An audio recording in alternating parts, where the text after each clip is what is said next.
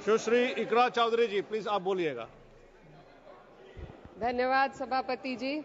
मैं सबसे पहले दाद देना चाहती हूँ इस बिल के टाइमिंग की कि अभी ईद की रौनक बुझी भी नहीं थी और हमारी जड़ों पर एक नया फरमान लाया गया। पहले उत्तर प्रदेश में मुसलमानों को नमाज पढ़ने पर रोक लगाई और फिर सौगात में ये बिल लाया गया। निसार में तेरी गलियों पे है वतन, जहाँ चली है रिवाजों गैर कि कोई ना सर उठाकर चल सके। मैं सभापति जी आपको ये बताना चाहती हूँ कि ईद के मौके पर एक विधवा महिला अपनी लड़की के साथ मेरे पास आई और उसने बताया कि वह एक वक्फ की प्रॉपर्टी में रहती है, वही उसके सर पर छत का काम भी करती है और उसकी रोजी रोटी भी वहीं से आती है।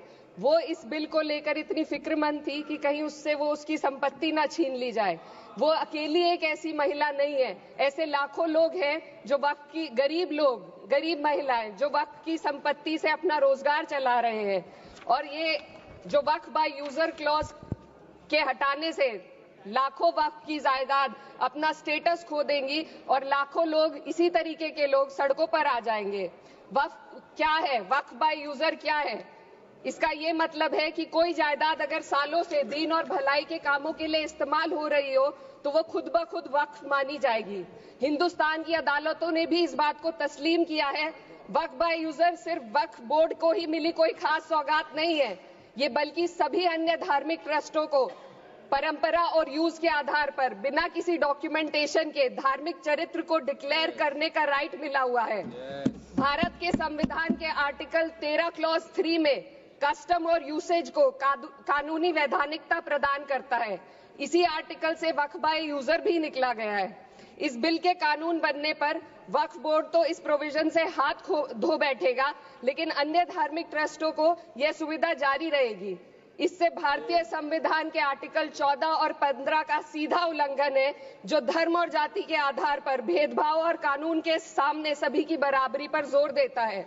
मैं इसके साथ ये भी कहना चाहती हूँ कि सत्ता के लोग जो एक दूसरे की पीठ थपथपा रहे हैं कि वक्फ बाय यूजर का जो अमेंडमेंट इन्होंने दिया उसको एक्सेप्ट कर लिया गया है, लेकिन इनकी शरारत यह है कि उसके साथ ही एक ऐसा प्रोवाइजो इसमें शामिल किया गया जिसके आधार पर यह कहा गया है कि अगर कोई भी वक्फ की संपत्ति विवादित हो तो वो अपना वक्फ स्टेटस खो देगी।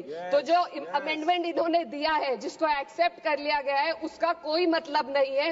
ये इनकी नीयत है जो साफ जाहिर हो रही है। सोने पर सुहागा एक काम और किया है। सरकार ने वक्फ की कानून के सेक्शन 107 को हटाकर लिमिटेशन एक्ट में 12 साल तक ही किसी के खिलाफ अदालत में जाने का प्रोविजन है। सेक्शन 107 में बोर्ड को लिमिटेशन एक्ट से राहत मिली हुई थी। वक्फ बोर्ड कभी भी अवैध कब्जाधारियों के खिलाफ अदालत जा सकता था। अगर ये सेक्शन ना हो तो अवैध कब्जा करने वाले लोग कानूनी प्रक्रिया का फायदा उठाकर वक्फ की प्रॉपर्टी को हड़प सकते हैं। अन्य धार्मिक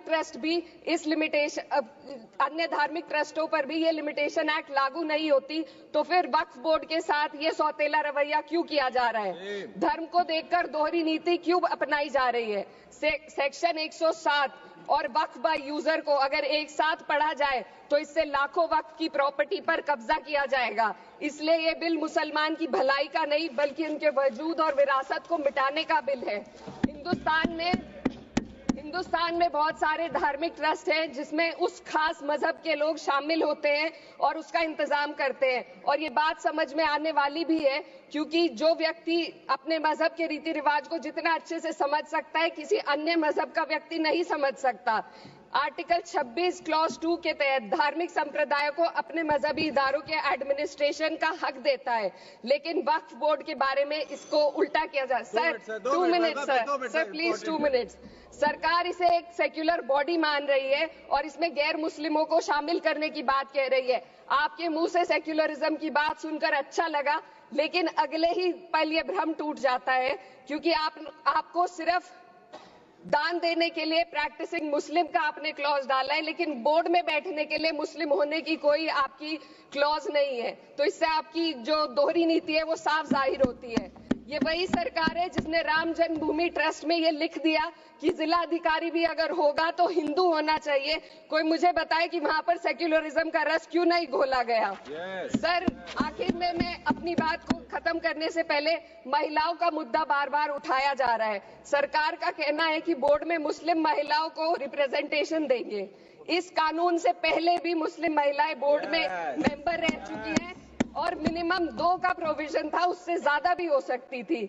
सर, मैं ये कहना चाहती हूँ कि सरकार ने महिलाओं के लिए ऐसा कौन सा नया काम किया जिसका ढिंडोरा सरकार का हर सदस्य पीट रहा है।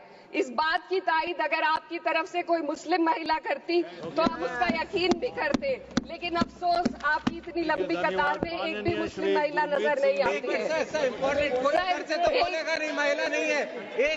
मैं खुद एक मुस्लिम महिला हूँ। मैं सिर्फ एक सर, मैं माइनॉरिटी महिला हूँ। इस सदन में हम सिर्फ 2 महिलाएं हैं और उस नाते से मैं ये बात कहना चाहती हूँ कि इस बिल के माध्यम से मुस्लिम महिलाओं को कुछ नहीं मिल रहा है। ये हमें कुछ नहीं देना चाहते, सिर्फ टोकनिज्म हमारे नाम पर बनाकर एक नैरेटिव मीडिया में चलाना चाहते हैं। तो ये बिल मुसलमान की भलाई का नहीं, उनकी पहचान को मिटाने का है। सर, अंत में मैं बस यही कहना चाहती हूँ कि कागजों की कैद में बस नाम रह जाएंगे, वो जो हमारे थे सिर्फ दावे में रह जाएंगे। इस बिल के द्वारा मीठी ईद के जायके को कड़वा करना, यही असली सौगाते मोदी था। बहुत बहुत